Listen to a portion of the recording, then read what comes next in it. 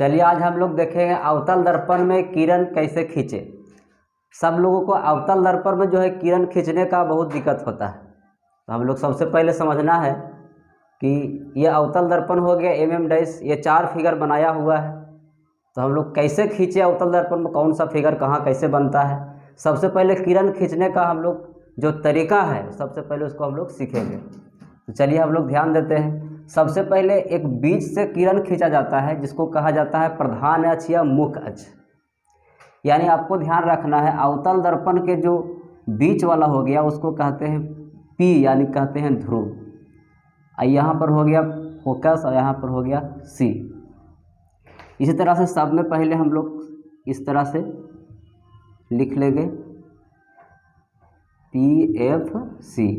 अगर आपको याद करने में प्रॉब्लम होता है तो नया वैरायटी है पेप्सी, पेप्सी नहीं है पेप्सी, ऐसे याद रखेंगे। इस तरह से नीचे भी खींचेंगे PFC। फिर यहाँ पर है PFC। देखिए सबका अलग अलग डिफरेंशन भी होता है।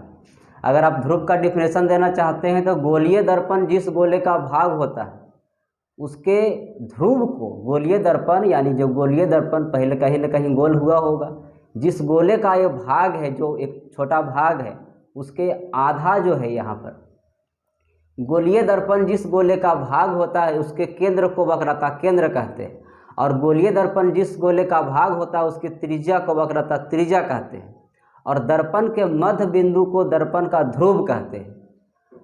अब इसमें किरण को कैसे खींचे इसको हम लोग पहले ध्यान देंगे।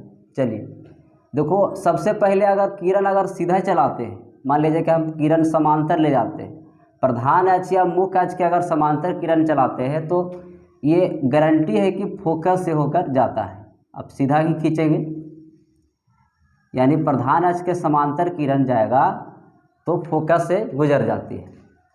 फिर इसका सबसे पहले दे दीजिए सिंबल कि यहाँ से गुजर रहा है।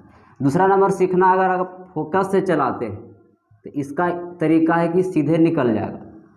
यदि फोकस से किरण चलाते हैं तो कैसे निकलेगा, सीधे, यानी गया ये निकल गया। फिर अगला नंबर हम लोग सीखेंगे, अगर किरण को अगर सी से चला दिया जाए, मान लीजिए सी से चला दिए, वक्रता केंद्र से चला दी, तो अगर केंद्र से चला देते हैं तो ये जाएगा तो ठीक है, लेकिन जब जाएगा उसी रास्ते से वापस लौट आएगा। जिस रास्ते से जाएगा उसी रास्ते से वापस लौट आएगा। अगला नंबर सीखना है, अगर आप किरण को पी से चला देते हैं अर्थात ध्रुव से चला देते हैं तो यह जो है जिस एंगल से आता है उसी एंगल से वापस लौट जाता है, यानी आपतन कोण परावर्तन कोण के बराबर होता है। अब प्रकाश के प्रवर्तन के नियम में पढ़े होंगे कि आपतन कोण परावर्तन कोण के बराबर होता है, यानी अगर ध्रुव से चलाएंगे तो ये आपतन कोण परावर्तन कोण के बराबर हो जाएगा, यानी जिस एंगल से आएगा उसी एंगल से वापस चला जाएगा। इस किरण को आपको याद रखना है तभी आप फिगर बना पाइएगा। यानी कौन वस्तु कहाँ रखा हुआ, सी पर रखेगा तो कैसा बनेगा, एफ पर कैसा बनेगा, और सी एफ के बीच रखे, सारे 6 स्थिति है। अगर आपको याद करना है तो सबसे पहले इसमें ध्यान दीजिए किरण कैसे खींचेंगे। किरण खींचने के लिए बहुत ही आसान तरीका है जो आपको याद रखना है। देखिए सबसे पहले इसमें करना क्या है, अगर सीधे चलाते हैं तो एफ से जाता है, देख लीजिए, फिर एफ से चलाते हैं तो सीधे चला जाता है, फिर अगर सी से चलाते हैं तो उसी से लौट जाता है, पी से चलाते हैं तो आपतन कोण परावर्तन कोण के बराबर हो जाता है।